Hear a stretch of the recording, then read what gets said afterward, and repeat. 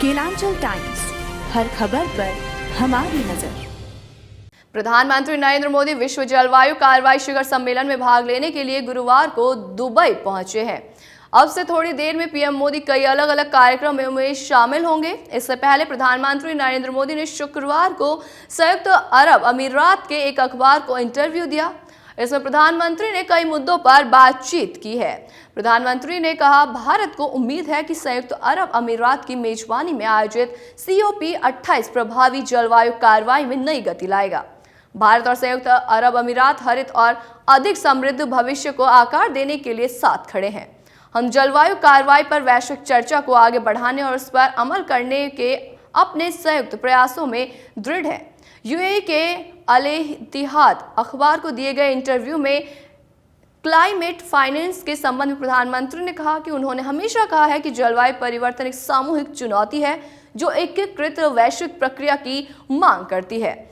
PM Modi ने कहा, ये पहचानना आवश्यक है कि विकासशील देशों ने समस्या के निर्माण में कोई योगदान नहीं दिया है, फिर भी विकासशील देश समाधान का हिस्सा बनने के इच्छुक हैं।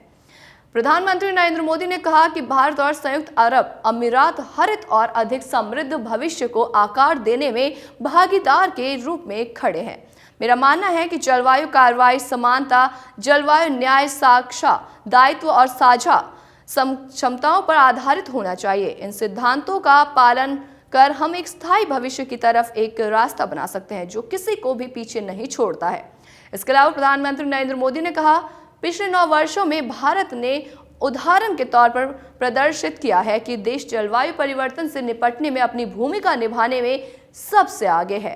प्रधानमंत्री ने कहा, COP26 में मैंने वैश्विक जलवायु कार्रवाई में हमारे योगदान के रूप में पंचामृत भारत की 5 महत्वाकांक्षी प्रतिबद्धताएं प्रस्तुत की। पीएम मोदी ने कहा कि दुर्भाग्य से वैश्विक स्तर पर जलवायु दृष्टिकोण उतना सकारात्मक नहीं है और ऐसी चिंताएं हैं कि हम एक वैश्विक समुदाय के रूप में अपने 2030 के लक्ष्यों को प्राप्त नहीं कर पाएंगे।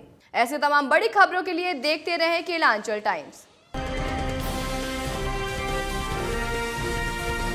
केलांचल टाइम्स, हर खबर पर हमारी नजर।